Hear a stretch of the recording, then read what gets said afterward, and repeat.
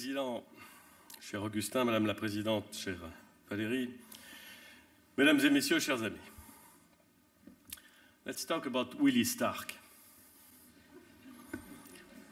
Some of you may know Willie Stark. Willie Stark is not a member of the Stark family. He's not a king in the north. He's the governor of a southern state of the United States, a fictional governor of a southern state of the United States. He never existed in real life. Well, not really. However, he did exist in the imagination of Robert Penn Warren. In Warren's book, All the King's Men, which, by the way, is probably one of the best books you can read about politics and the South, and, well, it's probably one of the best books ever written. In Warren's book, the fictional governor, Willie Stark, repeats the following sentence to express his impatience. One of these days is none of these days. I think we can acknowledge that for years in France.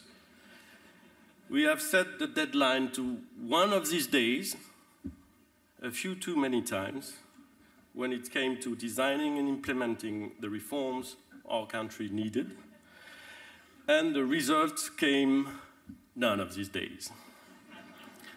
While some of our European partners were getting better and better, stronger and stronger, not all of them, France was losing momentum despite our exceptional assets and despite measures that were taken and that were also good measures.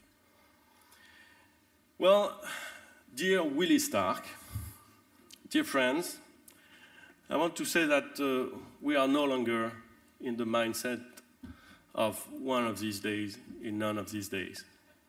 We are trying to stop procrastinating.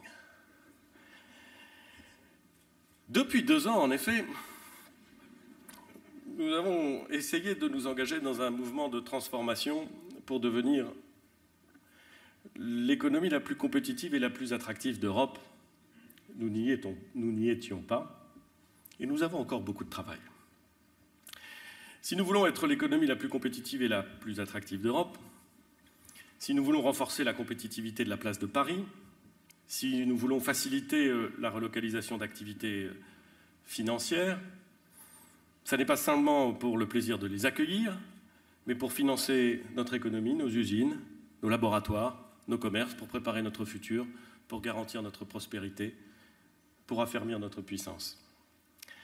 La volonté de réformer n'est pas suffisante pour réussir.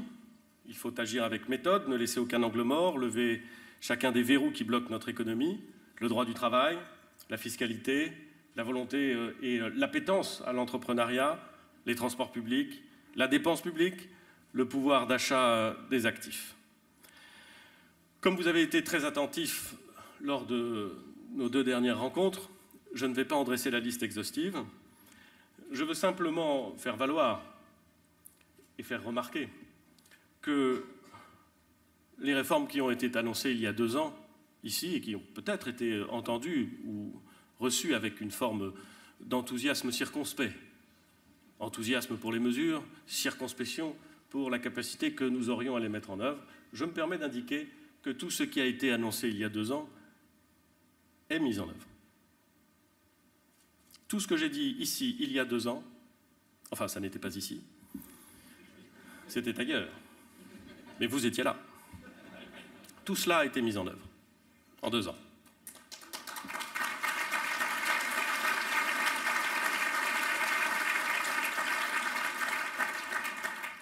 Je veux simplement indiquer que ces réformes continuent, que nous avons engagé dès l'hiver dernier, à une époque où ça n'était pas totalement simple,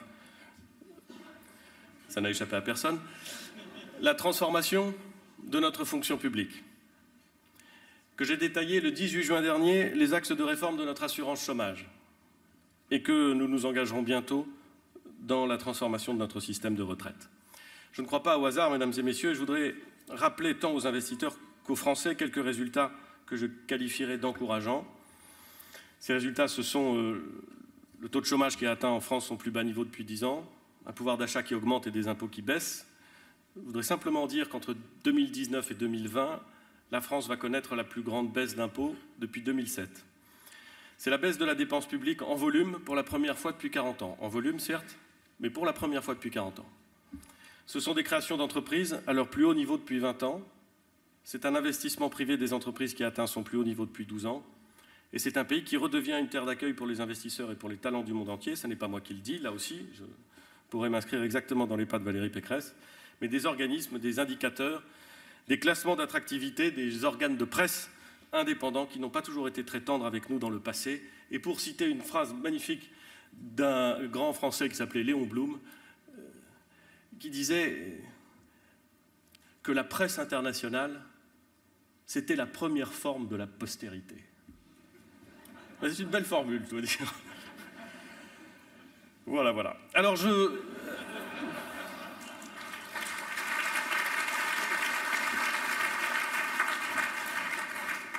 ne vous cache pas que je prends un plaisir d'esthète à faire applaudir Léon Blum dans cette salle.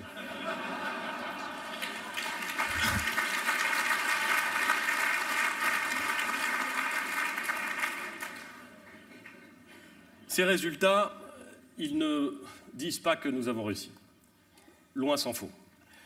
Ils souligneraient même tout ce qu'il nous reste à faire. Mais ils sont la preuve, et au fond c'est une preuve toujours réconfortante, que la cohérence et la constance peuvent payer. Nous sommes donc aujourd'hui à la croisée des chemins, voire avec vos métiers à la croisée des mondes, pour paraphraser le titre d'une célèbre fresque du romancier britannique Philip Pullman. L'Europe, la France ont besoin de financement, elles ont besoin d'un système financier solide pour attirer ces financements. Et avec les élus franciliens, avec au fond l'ensemble des Français, nous voulons que Paris tienne son rang de première place financière continentale, d'Europe continentale, ce qui implique, selon moi, de relever les 3 défis qui sont devant nous. Le premier de ces défis, c'est évidemment celui du Brexit. C'est un défi pour Paris, c'est un défi pour Londres aussi. Mais enfin, c'est un défi pour Paris. Nous n'avons jamais considéré le départ de nos amis britanniques de l'Union européenne comme une bonne nouvelle. Jamais. Au contraire. Mais enfin, le peuple britannique a fait un choix souverain. Il l'a fait de façon démocratique. Et nous devons respecter ce choix. Respecter ce choix, ça ne veut pas dire le subir. L'Europe doit donc aller de l'avant, dans tous les domaines, et en particulier dans le domaine financier. Le Brexit ne nous laisse pas d'autre choix que de réorganiser le système financier européen, d'en développer l'autonomie et la complémentarité pour éviter qu'il ne devienne une sorte de canard sans tête. Mon avis, c'est que tout espace, fût-il financier, a besoin d'un centre de gravité. En effet, il n'est pas concevable que le système financier européen dépende d'une place financière qui se situerait en dehors de l'Union européenne, en dehors des besoins de ses entreprises et de ses territoires, en dehors aussi de la supervision de ses régulateurs, a fortiori durant des périodes de crise ou d'instabilité. C'est donc à la fois une question de stabilité et une question de souveraineté. La France défendra donc avec détermination la souveraineté financière européenne, elle défendra les pouvoirs de ses régulateurs, sa réglementation, elle défendra les intérêts de la croissance européenne. Elle le fera dans le respect de l'équilibre entre l'impératif de stabilité financière d'une part et la capacité des acteurs européens à prendre des risques d'autre part. Et pour y parvenir, nous veillerons au développement d'une concurrence saine et équitable avec les établissements financiers qui se trouvent en dehors de l'Union. C'est pourquoi nous porterons la plus grande attention à l'évaluation précise des conséquences sur l'économie européenne de l'accord final de Bâle III. Nous serons également attentifs à son calendrier et à ses modalités de transposition en Europe en prenant en compte plusieurs choses. D'abord, les spécificités et les besoins de l'économie européenne, mais aussi les choix qui seront faits dans les différentes zones géographiques, en particulier aux États-Unis. L'idée étant de ne pas nous imposer des normes démesurément contraignantes par rapport à celles des autres. Ce sujet est un sujet qui est fondamentalement politique. La discussion sur ce sujet n'a pas commencé et le sujet reste donc entier. J'ajoute que cette discussion politique devra aussi porter sur la révision du cadre de la directive Solvabilité 2 dans les assurances, qui sera un autre chantier majeur de la prochaine Commission pour promouvoir les investissements européens de long terme. Le deuxième défi, en effet, c'est celui du financement de la croissance européenne de demain. Je ne peux pas me satisfaire d'une situation dans laquelle nos entreprises, nos start-up, nos licornes sont obligées de lever des capitaux aux États-Unis ou en Asie pour grandir, faute d'une base en capital suffisante en Europe. Je peux me réjouir qu'elles se développent sur ces marchés, je peux me réjouir qu'elles aient accès à des capitaux, je ne peux pas me réjouir à l'idée qu'elles ne puissent pas avoir d'autre choix qu'eux. On doit pouvoir trouver en France et en Europe, constituer en France et en Europe, développer en France et en Europe des fonds pour financer nos entreprises innovantes et en croissance. Il en existe bien entendu beaucoup, mais on peut sans doute faire mieux. Cela implique, en tout cas pour ce qui concerne la France, de mieux faire travailler notre épargne. Et c'est pour cette raison que nous avons depuis 2017 engagé une transformation puissante, je crois, du paysage de l'épargne française, et ce autour de deux volets. Un volet fiscal, avec la mise en place d'une flat tax simple, lisible, avec aussi la transformation de l'ISF en IFI pour ne plus pénaliser l'argent qui profite à nos entreprises. Le second volet de cette transformation est réglementaire. Son but, c'est de corriger les biais économiques de l'épargne réglementée et rendre plus attractifs les produits financiers qui financent les entreprises. C'est la modernisation de l'épargne retraite, les flexibilités accrues sur le PEA et l'assurance vie en unité de compte. Et c'est parce que nous voulons libérer l'épargne française que nous avons besoin de vous, d'une place financière qui se mobilise pour promouvoir ces nouveaux produits, qui s'ouvre aux acteurs financiers qui relocalisent, qui s'ouvre aux fintech, qui développent de nouveaux services pour les épargnants, d'une place qui s'ouvre aux fonds et aux équipes de gestion spécialisées dans les secteurs d'avenir. Les épargnants français, privés, institutionnels, méritent ce qu'il y a de mieux pour faire fructifier leur argent. Ce défi n'est pas que français, il est européen. En tout cas, c'est ce que nous attendons de l'union bancaire et du marché unique des services financiers, faire en sorte que l'épargne des Européens fasse son Erasmus peut-être, en tout cas finance les entreprises européennes. Vous connaissez peut-être ce chiffre de l'OCDE selon lequel la part des actifs financiers détenus sous la forme de monnaie fiduciaire ou à faible rendement représente 10% du portefeuille des ménages aux États-Unis, contre 20% au Royaume-Uni et 40% dans l'UE à 27. Alors bien sûr, prudence est mère de sûreté. Malgré tout, nous devons donner aux épargnants européens un peu plus le goût du risque peut-être, mais en tout cas de l'action. Celui du rendement aussi, parce que les deux vont ensemble, a fortiori dans un environnement de taux durablement bas. Et puis nous avons besoin d'une intégration financière renforcée, parce que nous avons besoin que l'épargne européenne finance mieux les entreprises européennes. Nous avons besoin de lever des financements plus facilement et à moindre coût, de diversifier l'origine géographique des actifs financiers et de mieux en répartir le risque. Cela implique de bâtir des acteurs financiers vraiment européens et pourquoi pas de réussir dans le secteur financier ce que l'on a su réussir dans d'autres domaines. Reconnaissons-le, le bilan de l'union des marchés de capitaux durant cette dernière mandature européenne est modeste. Et nous devons imprimer un nouvel élan. C'est la raison pour laquelle la France, avec l'Allemagne et les Pays-Bas, ont lancé un groupe de haut niveau chargé de faire des propositions pour relancer l'union des marchés de capitaux. Je suis d'un naturel à la fois confiant et pessimiste, c'est mon en même temps à moi-même. Je sais que les Européens savent surprendre. Beaucoup dans cette salle se souviennent sans doute de la perplexité qui a entouré il y a 5 ans la renaissance d'Euronext. Eh bien, 5 ans après, le rebond est là, et Euronext a étendu son modèle fédéral à d'autres bourses européennes. Nous n'avons donc aucun complexe à avoir dans aucun domaine. Nous devons être à la fois incroyablement ambitieux et suffisamment humbles pour faire en sorte que cette ambition ne soit pas simplement portée par des mots, mais qu'elle se traduise en actes. Le troisième et dernier défi sur lequel je voudrais insister, c'est celui de la finance durable. Je l'ai dit lors de ma déclaration de politique générale, qui a duré un petit peu plus d'1 heure, donc je ne vais pas le redire. Ces prochains mois sont ceux de l'accélération écologique. La France s'est donné comme objectif d'atteindre la neutralité carbone en 2050. Nous avons d'ailleurs inscrit cet objectif à l'article 1 d'un projet de loi qui est actuellement en discussion, la discussion a été bien avancée, et nous voulons faire de cet objectif un objectif européen parce que c'est ce qu'attend, je crois, notre jeunesse, et c'est un impératif qui nous est imposé à la fois par un grand nombre de nos opinions publiques et peut-être par la réalité, la situation à laquelle nous sommes confrontés. Pour réussir cette ambition, nous allons avoir besoin d'investissements, de beaucoup d'investissements. D'investissements publics, des moyens très importants y seront consacrés, mais aussi, et surtout, de financement privé. Contrairement à ce que véhiculent certaines caricatures, je ne crois pas du tout que la finance soit par essence l'ennemi du long terme. Je le dis parce que je le pense profondément. Je ne suis pas non plus totalement naïf, je sais qu'il existe des comportements financiers purement spéculatifs et purement spéculatifs de très court terme. Des comportements qui sont opportunistes et qui peuvent parfois fragiliser le capital des entreprises européennes et le bon fonctionnement du marché de capitaux en Europe. Je sais que beaucoup sur la place réfléchissent en ce moment à ces questions. C'est une réflexion utile que nous soutenons et que nous souhaitons également porter au niveau européen. Mais les vrais financiers, à mon sens, sont des financeurs. Et ces financeurs sont souvent visionnaires et des visionnaires qui raisonnent à long terme. Toutes les grandes révolutions commerciales et d'une certaine façon, beaucoup des grandes transformations du monde, on peut penser à Venise, on peut penser à la révolution industrielle, ont vu le jour avec le soutien de ces financiers qui étaient des financeurs.